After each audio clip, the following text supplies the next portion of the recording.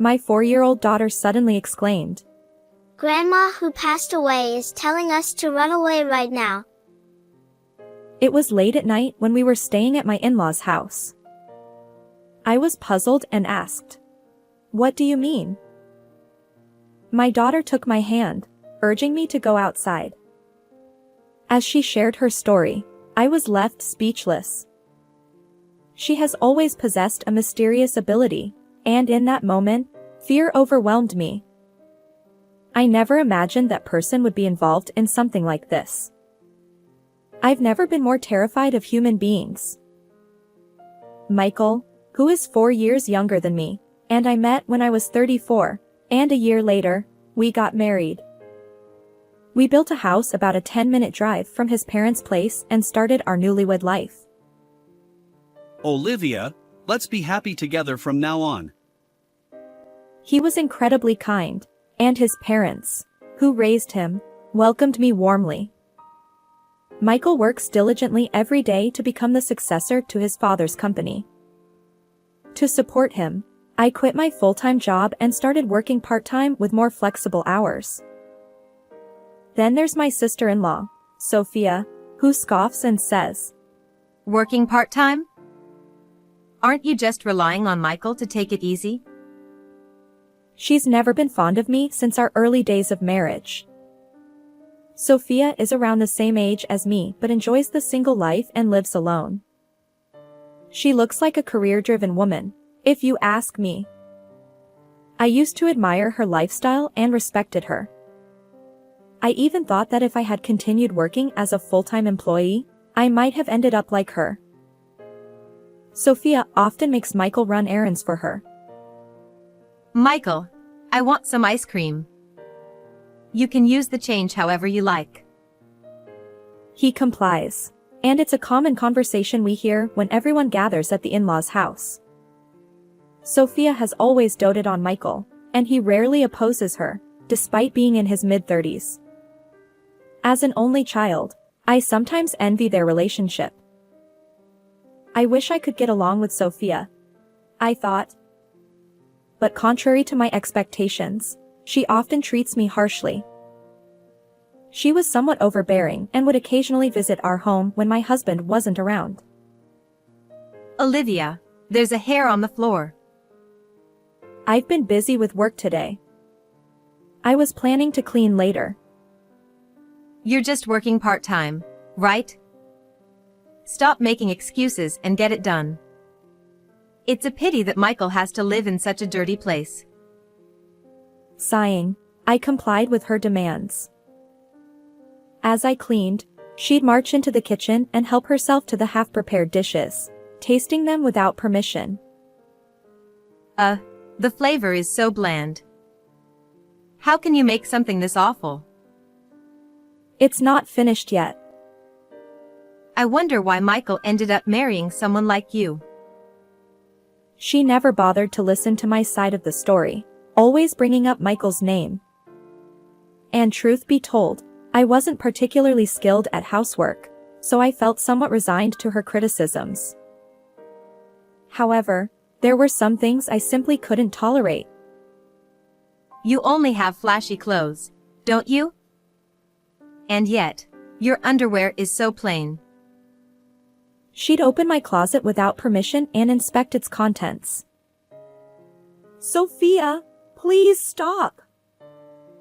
No matter how much I pleaded, she remained nonchalant, often wearing a malicious expression that made me wonder if she enjoyed seeing me uncomfortable. Sophia even checks inside my closet. I've told her multiple times, but it doesn't work. "Can't you talk to her?"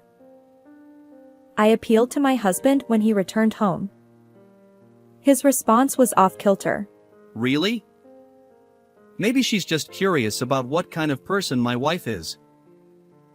Yet, despite our conversation, he took no action. I felt disappointed by Michael's lack of support. Sophia's unreasonable behavior continued even after that. A year into our marriage, when our daughter Mia was born, her actions escalated further. Frustrated by our crying daughter, my sister-in-law glared at me. She cries so much. It's your poor parenting. And to think you had a girl. Do you even realize you're the wife of the eldest son?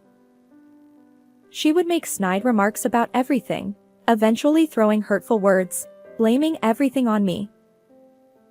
My husband should have noticed this, yet he always turned a blind eye. Lately, Sophia's tone has been harsh, and it's honestly tough. It's your fault, Olivia, so there's nothing to be done. Or are you implying that Sophia is hysterical? No one said anything like that. He consistently took Sophia's side, refusing to engage seriously.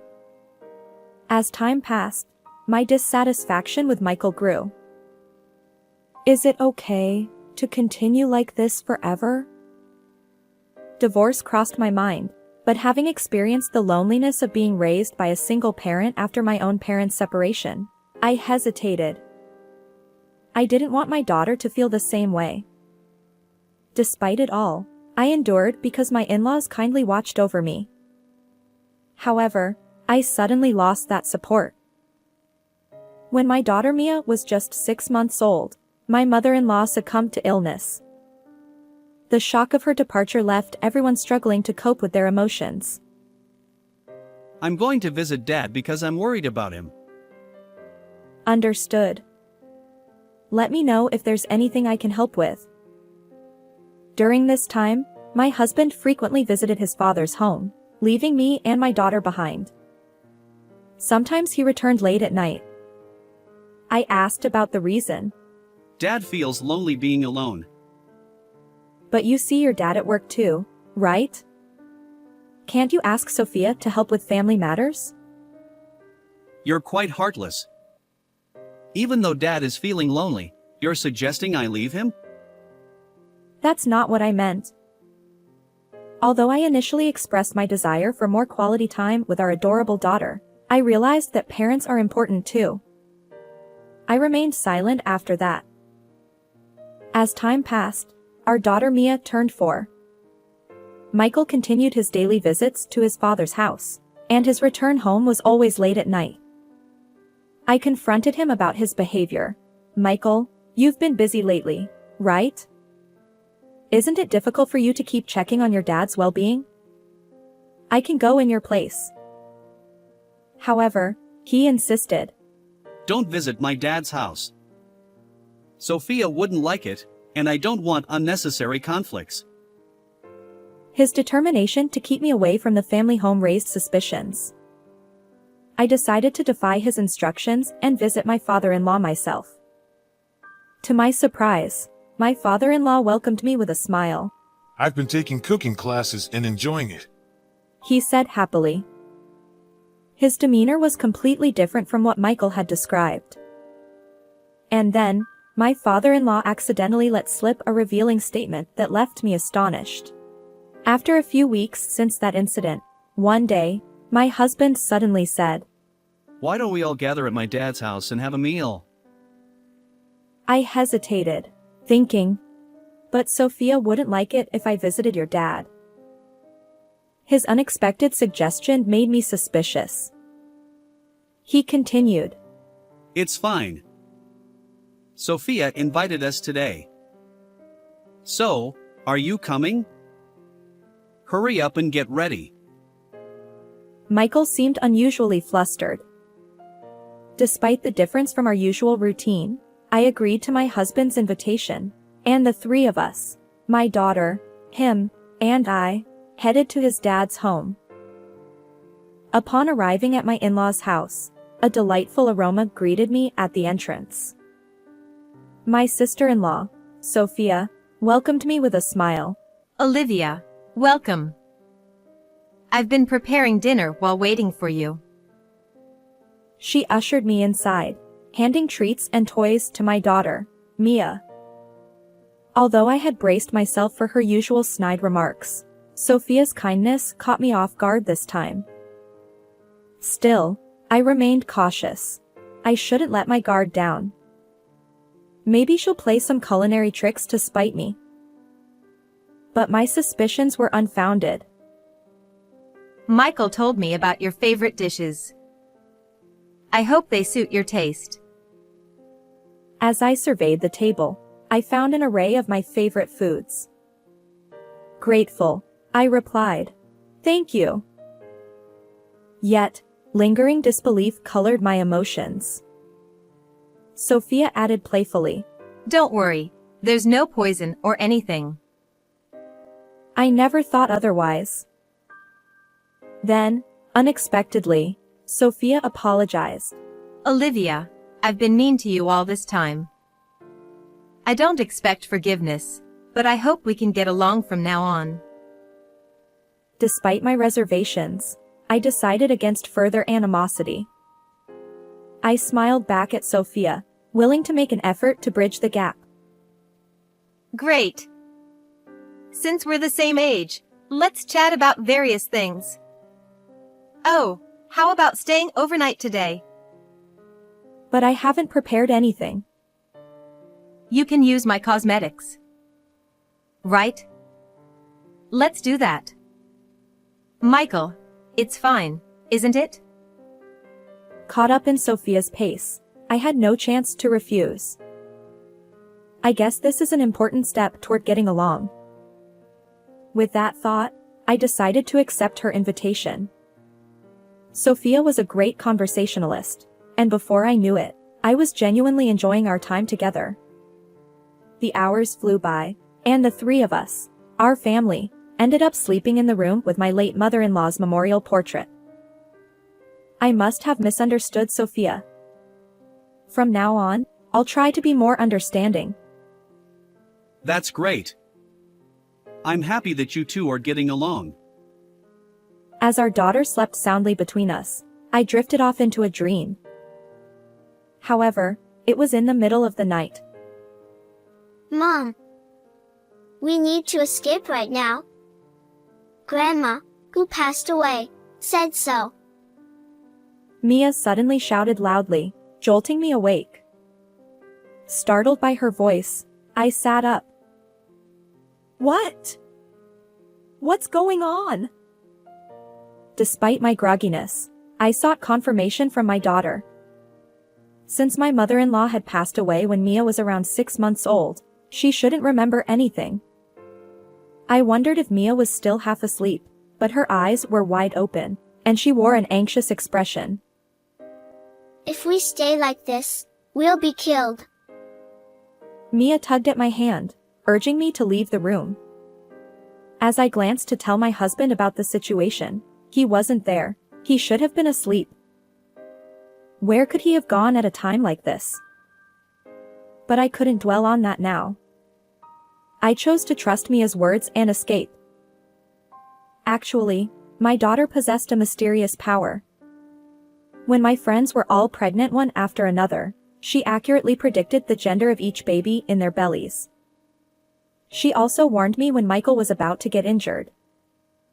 Michael did indeed hurt himself by slipping on the stairs, but luckily, it was just a minor sprain. However, since that incident, both Michael and Sophia started avoiding Mia, saying she's creepy. It's natural for some people to feel that way, so we decided to keep this power a secret between Mia and me. Grandpa needs to escape with us too. Mia stopped in front of her grandfather's room, entered, and gently shook him awake. Grandpa, wake up. Quickly. We'll explain later, but please come with us and escape. Startled by our urgent voices, my father-in-law jumped up, though he seemed puzzled by the situation. Despite his initial hesitation, he eventually agreed to go outside after hearing Mia say, Grandma told us to. When we reached the entrance, I noticed that my husband and sister-in-law's shoes were strangely missing. Furthermore, there were no cars in the parking lot, neither of theirs. Could it be that what Mia said is related to both of them? We decided to walk back to my house, but while it would take only 10 minutes by car, on foot, even for adults, it would be over an hour. I called my mother and asked her to pick us up. As we arrived in front of my house in my mother's car, I noticed that the lights were on inside. And to my surprise, Michael and Sophia's car was parked there too. Mom, I hate to ask, but can we stay at your home tonight? I had an uneasy feeling, and entering the house as it was might be dangerous. And so, we sought refuge at my mom's house. That night, my mind and eyes remained wide awake, and I couldn't sleep. As the morning dawned, I couldn't shake off the meaning behind my daughter's words. So, I borrowed my mother's car and went alone to my in-laws' house. To my shock, the grand, imposing house that had stood there just a few hours ago was now reduced to charred remains and skeletal framework. Wait! This can't be real! Several fire trucks, police cars, and ambulances lined up in front of the in-laws' home, surrounded by curious onlookers. On the other side of the yellow tape, Michael and Sophia were speaking with police and firefighters, explaining the situation. I slipped into the crowd of bystanders, hidden from their view, and observed the unfolding scene. After a while, some of the emergency vehicles departed, and the onlookers dispersed. The once crowded area in front of the house now stood empty. Hiding in the shadow of a nearby car, I listened to my husband and sister-in-law's conversation as they stood outside the taped-off area, gazing at the charred remains of our once grand house. It really went up in flames. The useless Mia and Olivia should be dead by now. They won't be of any help. If they survive this, it's a miracle. Once things settle down, I'll remarry my affair partner and make her child the legitimate heir to this house. The horrifying words echoed in my ears, leaving my legs trembling so much that standing became a challenge. Since Dad probably kicked the bucket too, the inheritance is ours. And the company will be mine soon. Michael and Sophia exchanged laughter as they discussed their sinister plans. What terrible people! I can't forgive them. Fueled by fear and anger, my entire body shook. Before they could return to my home, I hurriedly drove back to my home, retrieved my belongings, and returned to my mom's home where my daughter and father-in-law awaited. And there, I shared the events from earlier at the in-laws' house with my father-in-law. There's something you need to know. Oh my. How could this happen? I absolutely cannot forgive it. His face twisted with shock and rage, and together, we decided on revenge against my husband and sister-in-law. That evening, I left Mia with my mother and stood outside my home's front door with my father-in-law. I reached for the intercom, but then I hesitated. This was my own house. There was no need for that. Instead, I decided to open the front door myself.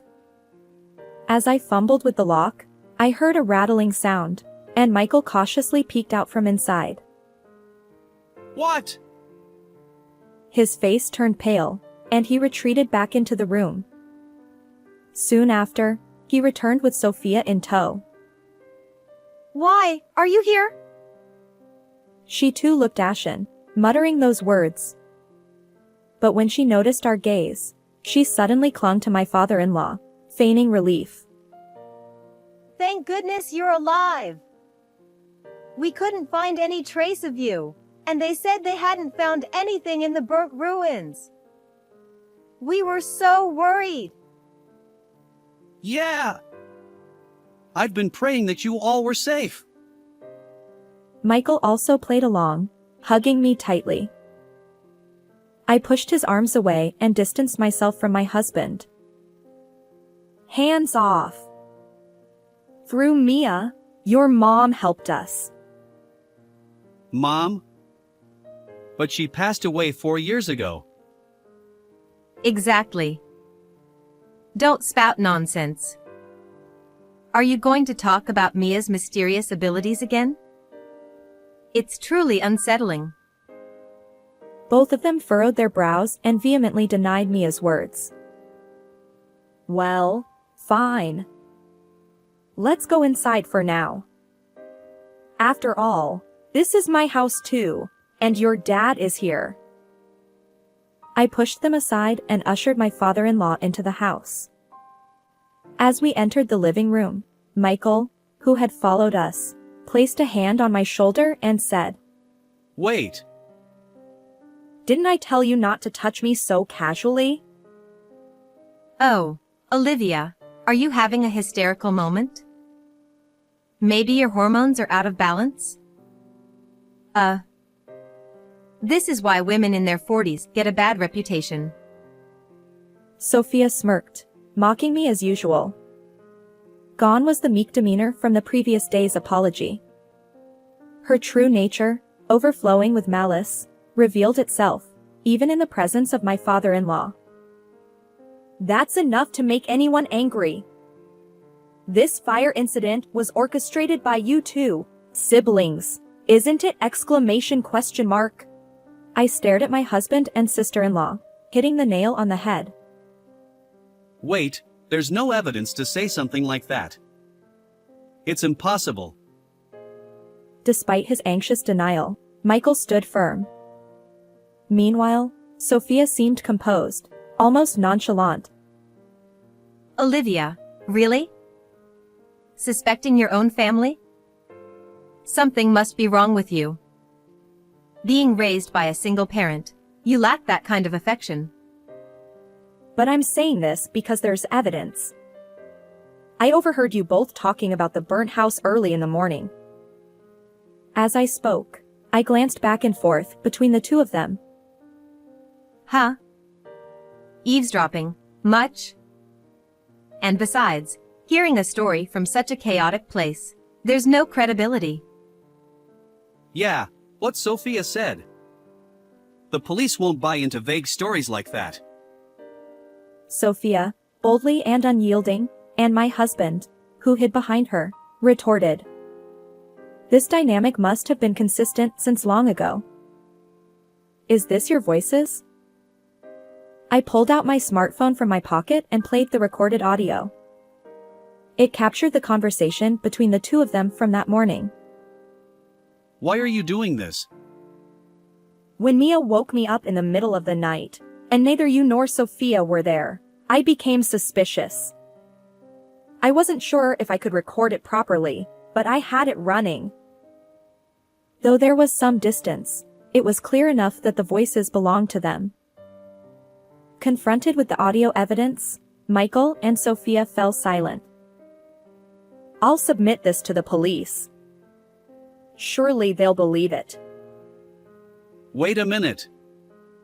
You all escaped unharmed, so there's no issue.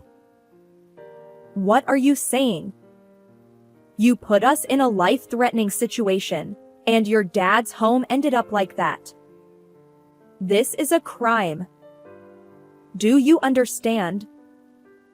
Growing more agitated, I confronted my husband's absurd statements. Sophia, this applies to you too.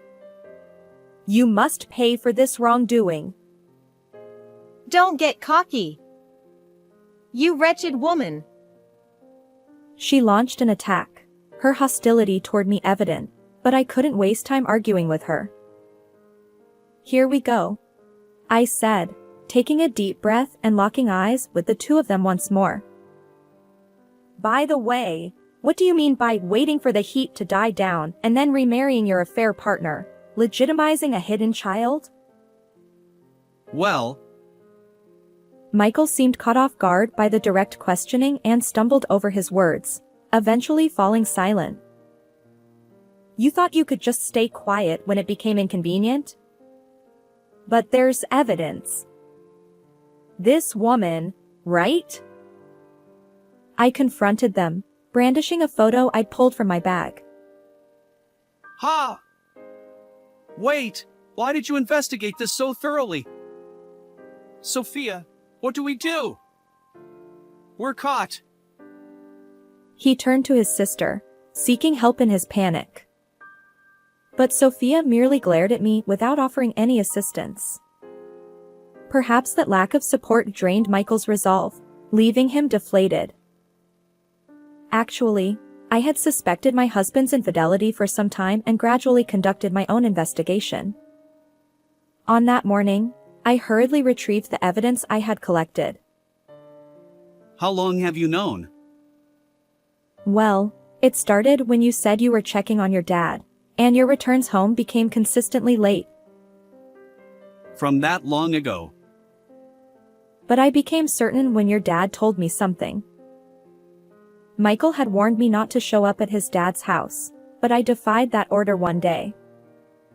My father-in-law had shared something with me, a statement that, Only you would visit my home. for me, who thought Michael was merely making frequent visits to his dad's house, it was shocking. Although the photo includes Sophia, it seems your affair has her approval, Michael? I confronted them, thrusting the evidence in their faces. Humph. So what? Isn't it your fault for being cheated on? You lack any charm. Clearly, she was aware of this situation as well. Among the evidence I had gathered were photos showing the gradual growth of the affair partner's pregnant belly and, most recently, images of Michael and the affair partner strolling with their baby. Olivia, it's not what you think.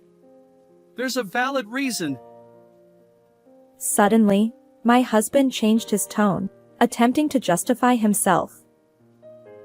Just as I was about to push them away, my father-in-law, who had silently observed the situation until now, stood up and positioned himself like a guardian in front of my husband and Sophia. What are you both doing? Bullying Olivia, engaging in infidelity, and even endangering our lives. What's your intention? His furious tone left my husband and sister-in-law speechless. Dad, listen to me. It's all Sophia's fault. She introduced me to that woman in the photo just because she didn't like Olivia. You were always complaining about your wife too. So, I mediated between you and that woman. Nobody asked you to do that. Besides, it was you who said our daughter, Mia, couldn't be the heir because she's a girl. But that's true. Dad, you agree with me, right? And don't worry, the child in the photo with that woman is a boy. Our lineage is secure. Michael and Sophia argued, debating who was at fault. Through their exchange, the reason for my sister-in-law's animosity toward me became clear. She, who is the same age as me, couldn't understand why I was happily married with children while she faced a string of rejections and remained single. Her envy of my apparent happiness fueled the years of mistreatment I endured. Sophia, desperate to break up my marriage, used her compliant brother to impregnate her affair partner with a baby boy. This is outrageous. It's beyond cruel. I thought, my anger welling up again, my clenched fist trembling uncontrollably. Enough of this. My father-in-law shouted, and both of them fell silent. Their demeanor resembled that of chastised children shrinking before an angry dad. Olivia, I truly apologize. I've raised such foolish individuals, and I bear responsibility. My father-in-law apologized repeatedly, and I offered him my best smile. Without hesitation, I turned to Michael and fixed him with a stern gaze. We need a divorce, I declared, handing him the divorce papers with my section already filled out. This saves us the trouble of negotiating. We'll officially welcome the affair partner's child as the heir. Sophia snatched the papers from my hand before Michael could even react, dancing with apparent delight. Yeah, that settles it. Michael echoed in the same tone as Sophia. Heir? Ridiculous. As long as I'm alive, you won't get your way. He glared at them. Dad, what are you saying? Isn't this a cause for celebration? Sophia's eyes sparkled. Sophia, I sever all ties with you. Don't ever cross my path again. Michael, the same goes for you. You're fired from the company. And so, my father-in-law delivered his verdict to the two of them. Wait a minute. Without me, the company would collapse. Is it okay to do this? Exactly. If you sever ties with us, you'll be all alone. And what about the inheritance? Their concerns ultimately revolve around money. Upon hearing this, my father-in-law's expression momentarily revealed a hint of sadness. You're both strangers to me now. The company and the inheritance are irrelevant. What? Sophia erupted in anger, while my husband, flustered, tried to reason with his father. Dad, reconsider. He shook his father's shoulders, pleading. The heir will be Mia, my grandchild who saved our lives. With that declaration, my father-in-law let out a heavy sigh. Wait. Mia is my child, so I might still get a share of the inheritance, right? Michael grinned, asking me an audacious question. In this situation, I couldn't help but question his nerves. She doesn't want to see you. After everything that's happened, she's scared, and there are hardly any memories between you. I replied firmly. But I'm her father. I won't allow it. Nevertheless, this is the result of your inaction over the past 4 years. After the divorce, I'll respect our daughter's wishes and won't allow visitation. I don't want that. I don't want a divorce. Olivia, please. Michael wailed loudly, clinging to me. Olivia, I apologize for everything. Please convince Dad to reconsider. Even Sophia, seeking mediation, pleaded with me. Although you two might be preoccupied with divorce and estrangement, both of you need to go to the police now regarding the fire incident. Do you understand? Please don't involve the police. I'll be a better husband and dad.